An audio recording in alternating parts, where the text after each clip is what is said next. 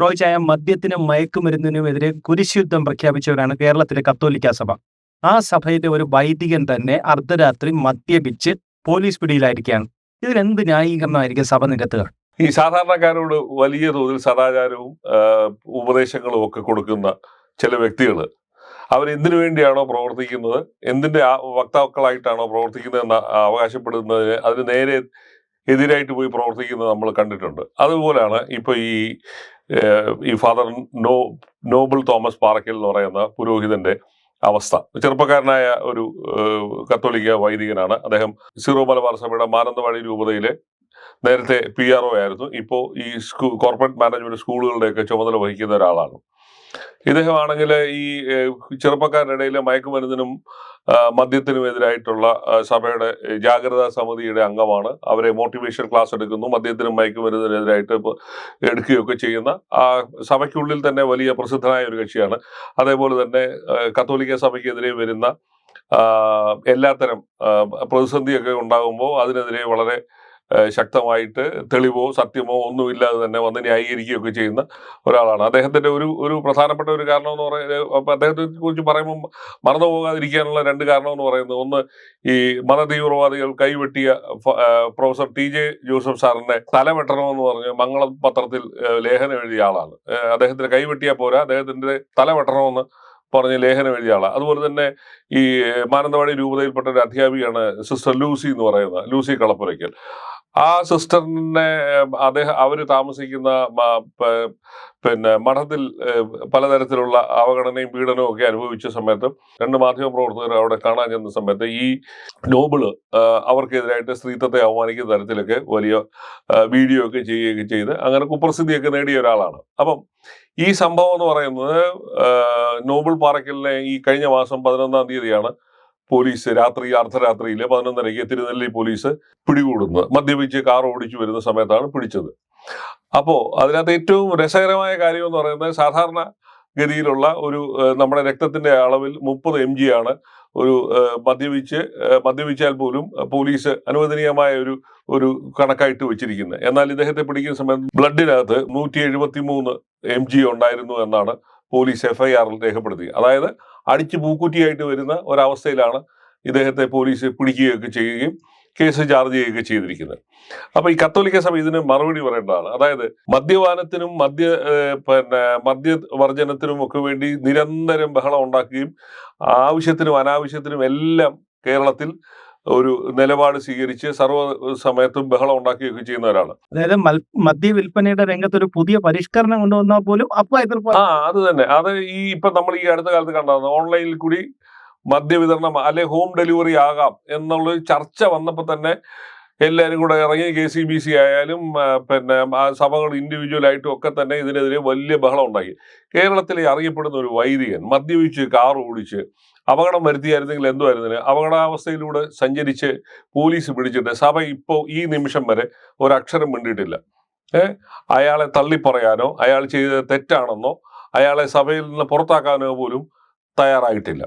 ഇതേപോലെ തന്നെ കഴിഞ്ഞ വർഷവും കോട്ടയം കാരിത്താസ് ആശുപത്രിയിലെ ഓപ്പറേഷന്റെ ചുമതല വഹിക്കുന്ന operation director father Joice Nandikkunnel എന്ന് പറയുന്നത് പട്ടാപ്പകൽ മദ്യപിച്ച് മതോന്മത്തനായി വണ്ടി ഓടിച്ച് പെരുമ്പാവൂരിൽ വണ്ടി പോയി ഒരു ബൈക്ക് യാത്രക്കാരനെ ഇടിച്ചു. പിന്നെ ഒരു KCBയുടെ പോസ്റ്റിലിടിച്ച് നിൽക്കുകയായിരുന്നു. അപ്പൊ ഇവിടെ നമ്മൾ മനസ്സിലാക്കേണ്ട ഒരു കാര്യം ഒന്നുണ്ട്, സഭ ഈ പറയുന്നതിനകത്തൊന്നും ഒരു ആത്മാർത്ഥതയില്ല എന്നുള്ളതിന്റെ ഏറ്റവും വലിയ തെളിവാണ്. ഒരു വശത്ത് ഉപദേശവും മറുവശത്ത് അതിനെ ലംഘിക്കുകയും ചെയ്യുന്ന തരത്തിലാണ് വൈദികർ പോലും പോകുന്നത്. അപ്പൊ പിന്നെ സാധാരണക്കാരായ ജനങ്ങളുടെ കാര്യം പറഞ്ഞിട്ടാണ് ഇത് ഉത്തരവാദിത്വത്തെ മദ്യപിക്കുക എന്ന് പറയുന്ന അവനവന്റെ ചോയ്സ് ആണെന്നുള്ള ഒരു വാദം പോലും അംഗീകരിക്കാതാണ് ഇവിടെ മദ്യപിച്ച് ഭയങ്കര കുഴപ്പമാണെന്നുള്ള മട്ടിൽ പറയുന്നത്. ഒന്നത്. 2, ഇപ്പൊ എനിക്ക് ഇതിനകത്ത് നമ്മൾ അറിയേണ്ട ഒരു സംഭവം എന്ന് പറയുന്നത്, ഏതാണ്ട് ഒരു 6-7 വർഷം മുമ്പ് ഈ മദ്യനിരോധനത്തിന് അനുകൂലമായി നിൽക്കുന്ന സഭയുടെ കേരള കത്തോലിക്ക മെത്രാൻ സമിതിയുടെ ഒരു ജാഗ്രതാ സമിതി എന്ന് പറയുന്ന ഒരു സമിതിയുണ്ട്. ആ സമിതി ചില ബിഷപ്പ്, അന്ന് ഞാൻ ഈ പറയുന്ന കാലഘട്ടത്തിൽ ആർച്ച് ബിഷപ്പ് സൂസാപാക്യമായിരുന്നു ആ ജാഗ്രതാ സമിതിയുടെ ചെയർമാനായിട്ടുണ്ടായിരുന്നത്. അദ്ദേഹം ചെയർമാനായിരിക്കുന്ന സമയത്ത് ഒരു പത്രക്കുറിപ്പ് KCBCയുടെ ജാഗ്രതാ സമിതി ഒരു പത്രക്കുറിപ്പ് ഇറക്കിയിരുന്നു. ആ പത്രക്കുറിപ്പ് ഇറക്കിയത് 24/4/2018, അതായത് 2018 ഏപ്രിൽ മാസത്തിൽ ഇറക്കിയിരിക്കുന്ന ഒരു പത്രക്കുറിപ്പ്, ശ്രദ്ധേയമായ ഒരു പത്രക്കുറിപ്പാണ്. ഈ നോബൽ പാറയ്ക്കലിന്റെ ഈ കേസുമായി ബന്ധപ്പെടുത്താവുന്ന ഒരു സംഭവമാണ്. അതിങ്ങനെയാണ് അത് പറയുന്നത്: മദ്യപിച്ചുള്ള കുറ്റകൃത്യങ്ങളിൽ എക്സൈസ് കമ്മീഷണറെ പ്രതി ചേർക്കണം, ജാഗ്രതാ സമിതി എന്നാണ് ഇതിനകത്ത് പറയുന്നത്. സ്കൂൾ വിദ്യാർത്ഥികൾ പോലും മദ്യത്തിന് അടിമപ്പെടുകയും സ്ത്രീകൾക്കും കുട്ടികൾക്കും നേരെയുള്ള ആക്രമണം വർദ്ധിച്ചു വരികയും ചെയ്യുന്ന സാഹചര്യത്തിൽ മദ്യത്തിന്റെ സ്വാധീനത്തിൽ നിർവഹിക്കപ്പെടുന്ന കുറ്റകൃത്യങ്ങൾ സംസ്ഥാന എക്സൈസ് കമ്മീഷണറെ കൂട്ടുപ്രതിയായി കണക്കാക്കി കേസെടുക്കണമെന്ന് KCBC ജാഗ്രതാ സമിതി ആവശ്യപ്പെട്ടു. സംസ്ഥാനത്ത് മദ്യ ഉപയോഗം വർദ്ധിക്കുന്നതിന് ഉത്തരവാദി സർക്കാരാണ് എന്നാണ് ഇവരിറക്കിയ പത്രക്കുറിപ്പ്. അപ്പൊ ഇതാണ് സാഹചര്യമെങ്കിൽ കേരളത്തിലെ കത്തോലിക്ക സഭയുടെ ജാഗ്രതാ സമിതി ആവശ്യപ്പെടുമോ ഈ എക്സൈസ് കമ്മീഷണറെ കൂടി പ്രതി ചേർത്ത് കേസെടുക്കണമെന്ന് പോലീസിനോട് ആവശ്യപ്പെടുമോ? അതല്ലെങ്കിൽ ഇദ്ദേഹം വിദ്യാഭ്യാസ സ്ഥാപനങ്ങളുടെ ചുമതലയുണ്ട്. അതേപോലെ തന്നെ മാനന്തവാടി രൂപതയുടെ കീഴിലുള്ള വൈദികനാണ്. ആ വൈദികനെ നേതൃത്വം കൊടുക്കുന്ന ഒരു ബിഷപ്പാണ്. ആ ബിഷപ്പിനെതിരെ കേസെടുക്കാൻ സഭ ആവശ്യപ്പെടുമോ? ഏതായാലും ഈ കൂട്ടുത്തരവാദിത്വം എന്ന് പറയുന്ന ചാർത്തണമെന്ന് പറയുമ്പോൾ ന്യായമായ രീതിയിൽ എക്സൈസ് കമ്മീഷണർക്ക് എടുക്കാൻ പറയുന്ന പോലെ തന്നെയാണ് അദ്ദേഹത്തിന്റെ മേലധികാരിയായ ബിഷപ്പിനെതിരെയുള്ള കേസെടുക്കണം. കാരണം ഇദ്ദേഹത്തെ കൃത്യമായി നിയന്ത്രിക്കാത്തതുകൊണ്ടാണല്ലോ ഈ സ്ഥിതി പോയി വെള്ളം അടിച്ചിട്ട് വന്ന് മനുഷ്യന്റെ അപകടകരമായ രീതിയിൽ വാഹനം ഓടിച്ചു എന്നുള്ള കുറ്റമുണ്ടായിരിക്കുന്നത്. അപ്പൊ സഭ ഇത്തരം കാര്യങ്ങളിനകത്തൊരു നിലപാടാണ് പറയേണ്ടത്. ഇത് ന്യായമായ രീതിയിൽ അല്ലെങ്കിൽ മാതൃകാപരമായ രീതിയിൽ ഇയാളെ ശിക്ഷിക്കാൻ തയ്യാറാകുമോ? ഇപ്പൊ കോടതിയിലേക്ക് കേസ് വന്നിരിക്കുക, മദ്യപിച്ചു വാഹനം ഓടിച്ചു, അപകടകരമായ രീതിയിൽ വാഹനം ഓടിച്ചു എന്നുള്ളതിന് കേസെടുത്തിരിക്കുകയാണ്. സഭ പറയുന്ന പോലുള്ള കുറ്റകൃത്യമാണ് ഈ ചെയ്തിരിക്കുന്ന സാഹചര്യത്തിൽ എക്സൈസ് കമ്മീഷണർക്കെതിരെ കേസെടുക്കാൻ KCBC ആവശ്യപ്പെടുന്നുണ്ടോ? അവരവരുടെ നിലപാട് പറയണം. നിങ്ങൾ എല്ലാവരുടെയും കാര്യത്തിലില്ലാത്ത ഒരേപോലുള്ള കൃത്യമായ നിലപാടുണ്ടാവണം. അത് വിരുദ്ധമായ രീതിയിൽ പറയുമ്പോഴാണ് ജനങ്ങൾ ചോദ്യം ചെയ്ത്. അപ്പൊ ഞാൻ പറഞ്ഞ മുമ്പേ ജോയിസ് നന്ദികുന്തൽ എന്ന് പറയുന്ന ആ വൈദികൻ കഴിഞ്ഞ വർഷമാണ് ഇതേ സമയത്ത് നവംബറിലാണ് വെള്ളമടിച്ച് വണ്ടി ഓടിച്ച് KCBയുടെ പോസ്റ്റ് ഇടിച്ച് താഴെയിട്ട് എന്ത് നടപടി എടുത്തു? ഇപ്പൊ ഇയാൾക്കെതിരെ ജൂലൈ 11 നടന്ന സംഭവമാണ്. സഭ ഇതുവരെ എന്തെങ്കിലും നടപടി എടുത്തോ? അയാളെ ഈ സ്ഥാനത്ത് നിന്ന് മാറ്റി നിർത്തിയോ? അല്ലെങ്കിൽ അയാൾക്കെതിരെ എന്തെങ്കിലും സഭാപരമായ നടപടിയെങ്കിലും എടുത്തായിട്ട് ഇതുവരെയും പുറത്തു വന്നിട്ടില്ല. അപ്പൊ അവിടെയാണ് ഈ സഭയുടെ തട്ടിപ്പ്, കള്ളത്തരം എന്ന് പറയുന്നത് ഒരു വശത്ത് നടക്കുന്നത്. നിങ്ങൾ ഒരു വശത്ത് തന്നെ മദ്യവിൽപ്പന നടത്തുന്ന സഭാവിശ്വാസികളുടെ അടുത്ത് ഒരു സമീപനവും മദ്യപിക്കുന്നവരുടെ അടുത്ത് വേറൊരു സമീപനവുമാണ് സഭ സ്വീകരിക്കുന്നത്. അപ്പൊ ഇത് മദ്യനിരോധനം എന്ന് പറയുന്നത് ലോകത്തൊരിടത്തും നടക്കാത്ത കാര്യമാണ്. അതിനെക്കുറിച്ച് സംസാരിക്കുന്നത് തന്നെ അബദ്ധമായ കാര്യങ്ങൾ. മദ്യനിരോധനം നടത്തിയിട്ടുള്ള സംസ്ഥാനങ്ങളുടെ സ്ഥിതിയും എല്ലാം ഇന്ത്യയിൽ തന്നെ നമ്മുടെ മുമ്പിൽ 100 ഉദാഹരണങ്ങളുണ്ട്. അപ്പൊ അതൊന്നും പ്രായോഗിക തലത്തിലല്ല. അവിടെ ഒരു ഉത്തരവാദിത്വത്തിൽ അല്ലെ റെസ്പോൺസിബിൾ ഡ്രിങ്കിങ് എന്ന് പറയുന്ന ഒരു കാര്യത്തെയാണ് പ്രോത്സാഹിപ്പിക്കേണ്ടത് കുറഞ്ഞ വർഷം. അതല്ലാതെ ബാക്കിയുള്ളതിനൊന്നും ഒരു പ്രസക്തിയുമില്ല. മദ്യനിരോധനമായാലും മദ്യവർജനം. ഇപ്പൊ ഈ പിണറായി സർക്കാർ 2016 അധികാരത്തിൽ വന്നപ്പോൾ മദ്യവർജനമാണ് ഞങ്ങളുടെ പ്രധാന അജണ്ട എന്ന് പറഞ്ഞു. എന്നിട്ട് എവിടെ നടന്നു? ഒന്നും നടന്നില്ല. ബാറുകളുടെ എണ്ണം വാരിക്കോരി കൊടുക്കുന്നു എന്നുള്ളത് അല്ലാതെ മദ്യവർജനം എന്ന് പറയുന്നത് ആ സർക്കാരിന്റെ അജണ്ടയിലും ഇല്ല, നടക്കാത്ത കാര്യവുമാണ്. അപ്പൊ അവിടെയാണ്. അപ്പം നിങ്ങൾ പ്രോത്സാഹിപ്പിക്കേണ്ട ഉത്തരവാദിത്വ ഡ്രിങ്കിങ്, അതായത് കുടിക്ക് എന്ന് പറയുന്നതിന് റെസ്പോൺസിബിൾ ഡ്രിങ്കിങ്, അതിനെയാണ് പ്രോത്സാഹിപ്പിക്കേണ്ടത്. അതല്ലാത്തതെല്ലാം ബാക്കിയെല്ലാം പാഴ്വാക്കായിട്ട് മാറുകയാണ്.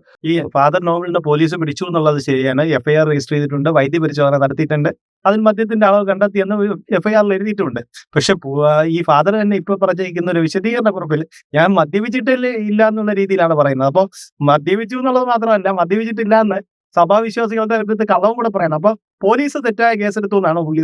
അങ്ങനെയാണ് FIR റദ്ദാക്കാൻ പോകേണ്ടതല്ലേ? അത് നടന്നിട്ടില്ല. പിന്നെ ഇത് ആരെ ബോധ്യപ്പെടുത്താൻ വേണ്ടിയാണ് ഈ കള്ളം വീണ്ടും പറയുന്നത്? നിങ്ങൾ അങ്ങനെയാണ്, പോലീസ് തെറ്റായ രീതിയിലാണ് നിങ്ങൾക്കെതിരെ കേസ് ചാർജ് ചെയ്തത്. നിങ്ങൾ ന്യായമായ രീതിയിൽ ഈ FIR റദ്ദാക്കാൻ ഹൈക്കോടതിയെ സമീപിക്കേണ്ടതായിരുന്നു. അല്ലെങ്കിൽ പോലീസിന്റെ ഈ നയത്തിനെതിരായിട്ട് നിങ്ങൾ പരാതിപ്പെട്ടോ? ഇല്ലല്ലോ. അപ്പൊ നിങ്ങൾ പറയുന്നു എന്നെ പോലീസ് പിടിച്ചെന്നും പറയുന്നുണ്ട്, ഞാൻ പക്ഷേ അതിനകത്ത് ആരോപിക്കുന്ന രീതിയിലുള്ള കാര്യം ചെയ്തില്ല എന്ന് പറയുന്നു. എങ്കിൽ എന്താണ്? അപ്പൊ അത് വെറുതെ ഈ ന്യായീകരണം എന്ന് പറയുന്ന അതിനപ്പുറത്തേക്ക് വേറെ അതൊന്നും വിശ്വസനീയമായ കാര്യമല്ല. കാരണം പാതിരാത്രിയിൽ 12:30-ക്ക് വണ്ടി ഓടിച്ചു വരുന്ന ഒരാളെ പോലീസ് പരിശോധിക്കുമ്പോൾ ഇത് കണ്ടെത്തിയിട്ടുണ്ടെങ്കിൽ പിന്നെ ഇത് ആൽക്കഹോൾ മീറ്റർ വെച്ചിട്ടാണ് കണ്ടുപിടിച്ചെന്ന് തോന്നുന്നു. അത് തെറ്റാണെന്ന് ഉണ്ടായിരുന്നെങ്കിൽ അദ്ദേഹം എന്തായാലും ചെയ്യേണ്ടത്? പോലീസിനെയും വിളിച്ചുകൊണ്ടുപോയി പിന്നെ ആശുപത്രി പോയി ബ്ലഡ് പരിശോധന നടത്തേണ്ടതല്ലേ? അത് തയ്യാറായില്ല. അപ്പൊ പിന്നെ ആരെ പറ്റിക്കാൻ വേണ്ടിയാണ് ഈ കള്ളം പറയുന്നത്? അപ്പൊ ഇവിടെയാണ് ഞാൻ പറഞ്ഞത്, സഭ ഈ കാര്യത്തിൽ എന്ത് നിലപാട് സ്വീകരിക്കുന്നു? സഭയുടെ നിലപാടാണ് പറയുന്നത്. ഇതേപോലെ മദ്യപാനിയായ ഒരു വൈദികനെ നിങ്ങൾ ടോളറേറ്റ് ചെയ്യുന്നുണ്ടോ? അദ്ദേഹത്തിനെ നിങ്ങൾ അംഗീകരിക്കുന്നുണ്ടോ? നിങ്ങൾ ഇയാൾക്കെതിരെ എന്ത് മാതൃകാപരമായ എന്ത് നടപടിയെടുത്തു? മദ്യനിരോധനം വേണം, അല്ലെങ്കിൽ മദ്യവർജനം വേണം, നിയന്ത്രണം വേണം എന്നൊക്കെ പറഞ്ഞ് സദാസമയം റോഡിൽ ഇറങ്ങുന്നവർ ഈ കാര്യത്തിൽ എന്താണ് എന്നുള്ളത് ജനങ്ങൾ ന്യായമായ രീതിയിൽ ചോദിക്കും. അതാണ് നമ്മൾ സോഷ്യൽ മീഡിയയിലെ ജനങ്ങളുടെ വികാരം കൃത്യമായിട്ട് പ്രതിഫലിക്കുകയും ചെയ്യുന്നുണ്ട്. അത് ഈ സഭയുടെ ഇത്തരം കാര്യങ്ങളിലുള്ള ഒരുതരം തട്ടിപ്പാണ്. ഒരു വശത്ത് ഇത് പറയുകയും മറുവശത്ത് ഇത്തരക്കാരെ പ്രോത്സാഹിപ്പിക്കുകയും ചെയ്യുന്നു. അപ്പൊ അതാണ് ഇവരുടെ താല്പര്യം എന്ന് പറയുന്നത്. അതാണ് പറഞ്ഞത്, എവിടെയെങ്കിലും കേട്ട് കഴിവുള്ളതാണോ?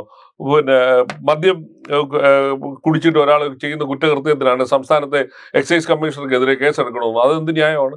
അങ്ങനെയാണെങ്കിൽ ഓരോ ഉത്തരവാദിത്തത്തിന്റെ പേരിൽ ഓരോ സ്ഥാപനാധികാരികളുടെ മേൽ കേസെടുക്കും. ഞാനതാ ചോദിച്ചേ, ഈ നോബിൾ പാറയ്ക്കൽ മദ്യപിച്ച് റോഡിൽ കൂടെ വണ്ടി ഓടിച്ചു പോയതിന്റെ ഉത്തരവാദിത്തത്തെ അതിന്റെ ഭാഗമായിട്ട് ആ ബിഷപ്പിന്റെ പേരിൽ കേസെടുക്കണം. അങ്ങനെയാണെങ്കിൽ ഈ പറയുന്ന ന്യായം അവർക്കും ബാധകമാകണം, ഇല്ലേ? അപ്പൊ അതാണ്. അപ്പൊ ഇത്തരം കാര്യങ്ങൾ യാതൊരു ആത്മാർത്ഥത ഇല്ലാതെ തട്ടിപ്പ് ഡയലോഗുകൾ പറയുന്നു എന്നുള്ളതല്ലാതെ ഇതിനകത്ത് യാതൊരു കഥയുമില്ല എന്ന് ഇപ്പൊ തന്നെ പ്രൂവ് ചെയ്തിരിക്കുകയാണ്. കേരളത്തിലെ ഈ 2 വർഷത്തിനിടയിലാണ് 2 പ്രധാനപ്പെട്ട വൈദികരെ മദ്യപിച്ച് വണ്ടി ഓടിച്ച് അപകടം ഉണ്ടാക്കുന്ന സ്ഥിതിയിൽ പോയതിന് പോലീസ് പിടികൂടിയിരിക്കുന്നത്. അപ്പൊ ഇതിനൊക്കെ സഭയ്ക്ക് ഒരു വിശദീകരണവും ഇല്ല. അതാണ് ജനങ്ങൾ കാത്തിരിക്കുന്നത്. ഈ കാര്യത്തിലുള്ള നിലപാട് പറയണം. ഇത്തരം മദ്യപിക്കുന്ന വൈദികർ എത്ര ഉണ്ട് സഭയിൽ?